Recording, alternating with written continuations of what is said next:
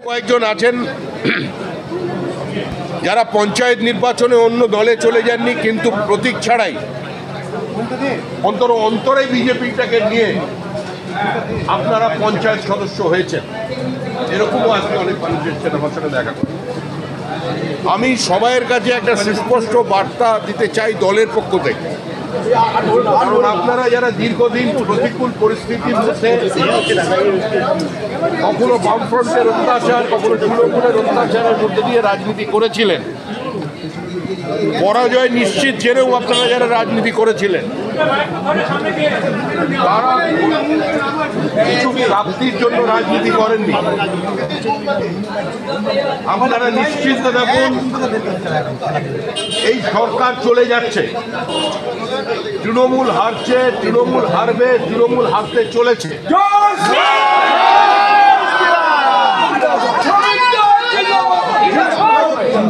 আমাদের লড়াই পশ্চিমবঙ্গ যাতে পশ্চিমবাংলাদেশ না হয়ে যায়, তার লড়াই। মানুষ বাঁচতে চায়, মানুষ পরিত্রাণ চায়, মানুষ মুক্তি চায়, মানুষ শিল্পায়ন চায়, ঘরের ছেলে ঘরে থাকতে চায়। পশ্চিমবঙ্গ থেকে যে মেধার এক্সোডাস হচ্ছে, পশ্চিমবঙ্গ থেকে চলে যাচ্ছে, নতুন পুরনো বলে দলে কিছু নেই। যারা দুর্দিনে পার্টির পতাকা মাথায় তুলে রেখেছিলেন, নিজের এলাকায় পার্টিকে প্রাসঙ্গিক করেছেন, যাদের বিজেপি বলে মানুষ চেনে, তারা বিজেপি। যার হাতে বিজেপির পতাকা সেই বিজেপি।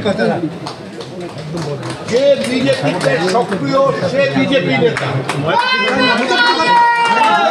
বিজেপিতে অতি সক্রিয় সে আরেকটু বড় নেতা। কিন্তু আমরা দিনের শেষে সবাই বিজেপি কর্মী।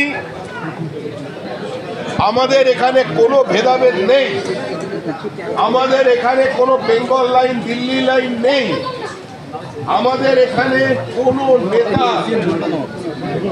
অনুগামী নেই। আমরা সবাই একটা প্রতীকের অনুগামী, আমরা সবাই বিজেপি। আমাদের প্রতীক পদ্ম ফুল।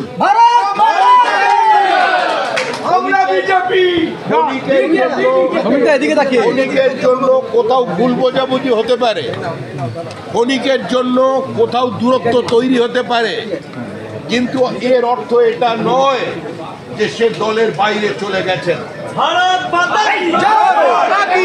15 দিনের মধ্যে সংঘবদ্ধ বিজেপিকে পশ্চিমবঙ্গের মানুষ দেখতে পাবে।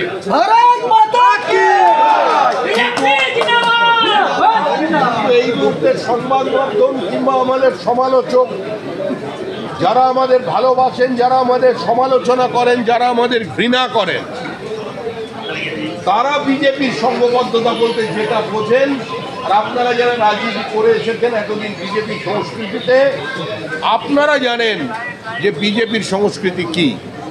সুতরাং বিজেপি ঐক্যবদ্ধ ছিল, আছে এবং বিজেপি থাকবে।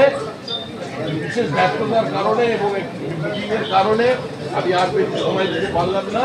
আর যে যার নিজের এলাকায় চলে যান, আমি সমস্ত জেলায় যাব, একটা বিজেপি কর্মী যেন বাইরে না থাকে। কাউকে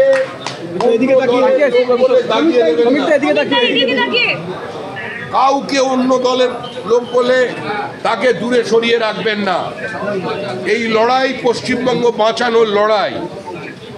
এই লড়াইয়ে তৃণমূল কংগ্রেসের মধ্যেও যারা তৃণমূলের অমৃত রস পান করেনি, যারা চূড়ান্ত বিপরীত অবস্থায় থেকে মমতা বন্দ্যোপাধ্যায়ের প্রতীককে ঘাম রক্ত দিয়ে দেওয়ালে লিখে তৃণমূল কংগ্রেসকে প্রাসঙ্গিক করেছিলেন, সেই তৃণমূল স্তরের কর্মী যারা টিকিট কিনতে পারেননি, তাদেরও সঙ্গে নিন।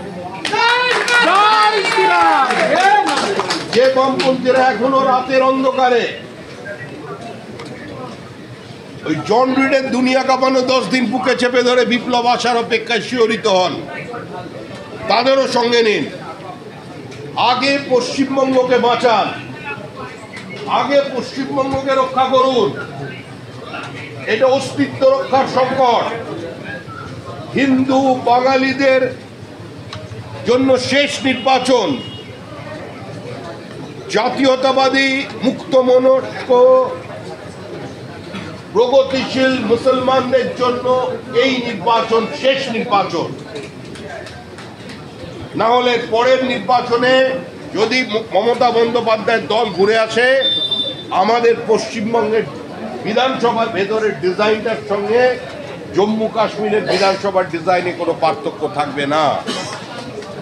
তাই এই লড়াই প্রত্যেকের লড়াই, এই লড়াই কোনো নেতার লড়াই নয়, এই আলোচনা কোনো নেতায় নেতায় বিবাদ সংবাদের সংঘর্ষের নয়।